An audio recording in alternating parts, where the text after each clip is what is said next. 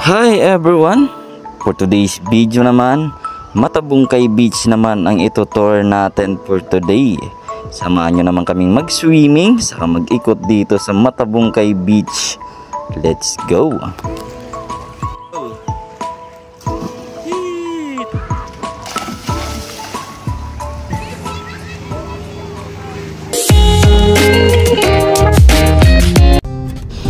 Good morning everyone! Welcome back ulit dito sa ating maliit na channel.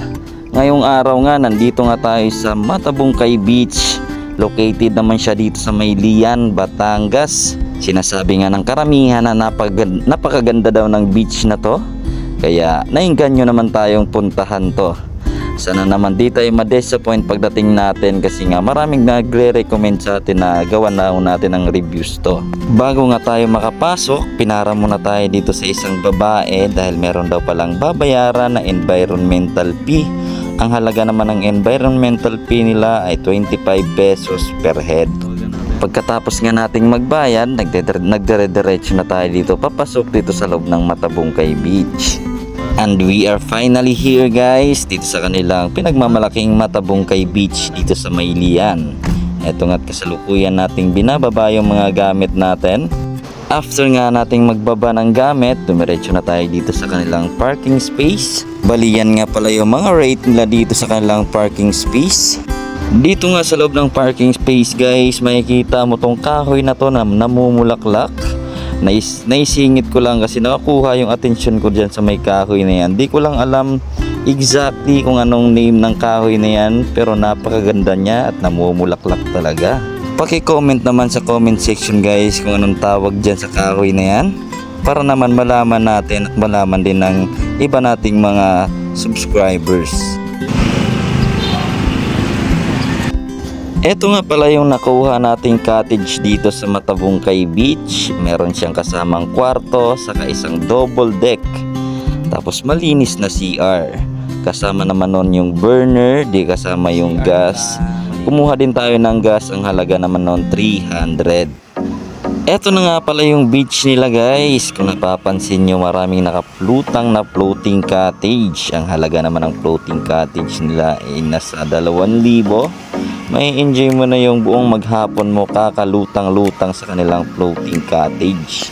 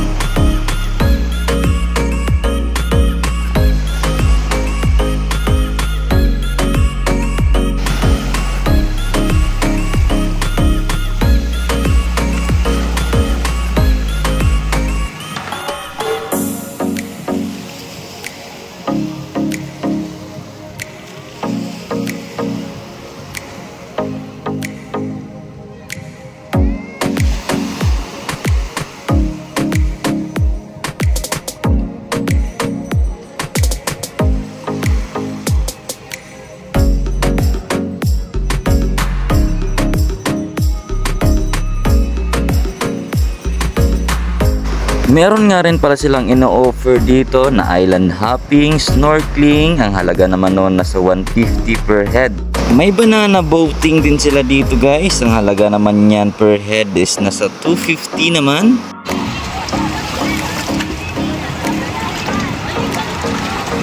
Napakaraming floating cottage na available dito if ever na gusto nyo talaga na magpunta dito sa Matabungkay Beach Resort.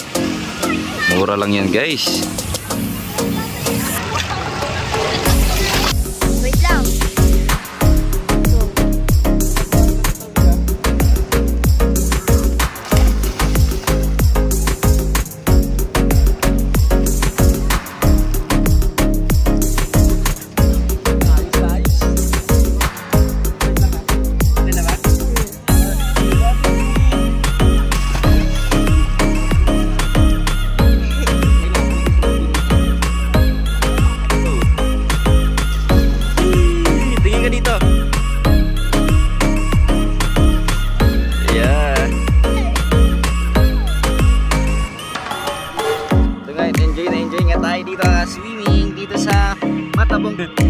all goods yan guys. Ayan. All goods na all goods. Parang si Siren. Walang tinatanggang pagkain yan.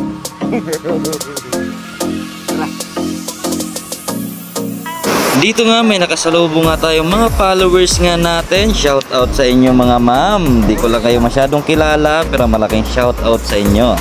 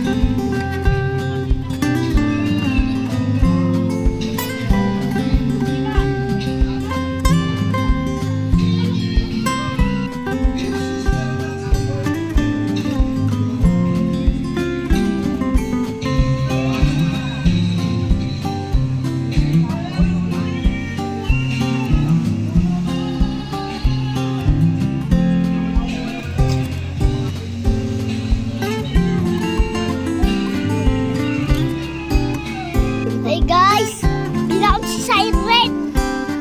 Ako di sunod dyan di ah. Guys, ang ganda ng ulap oh. Nakabaon sila sa buhangin. Kawaysay! Kawaysay! Ayan, oh.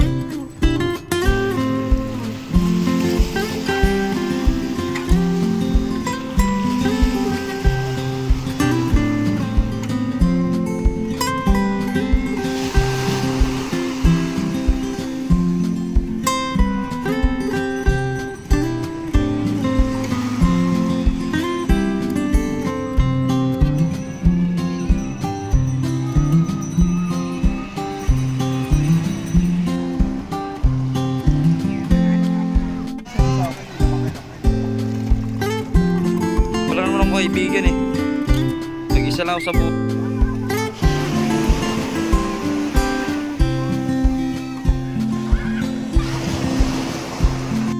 Hindi na-enjoy talaga.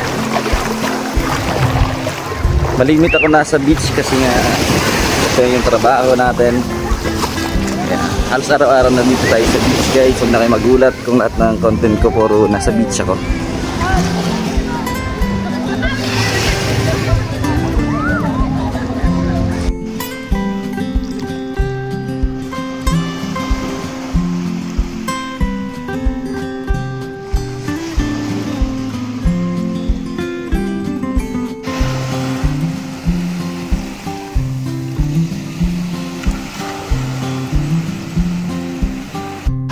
At dito na nga natatapos yung day tour natin dito sa Matabungkay Beach. Enjoy na enjoy kami kahit na maraming nalutang sa dagat.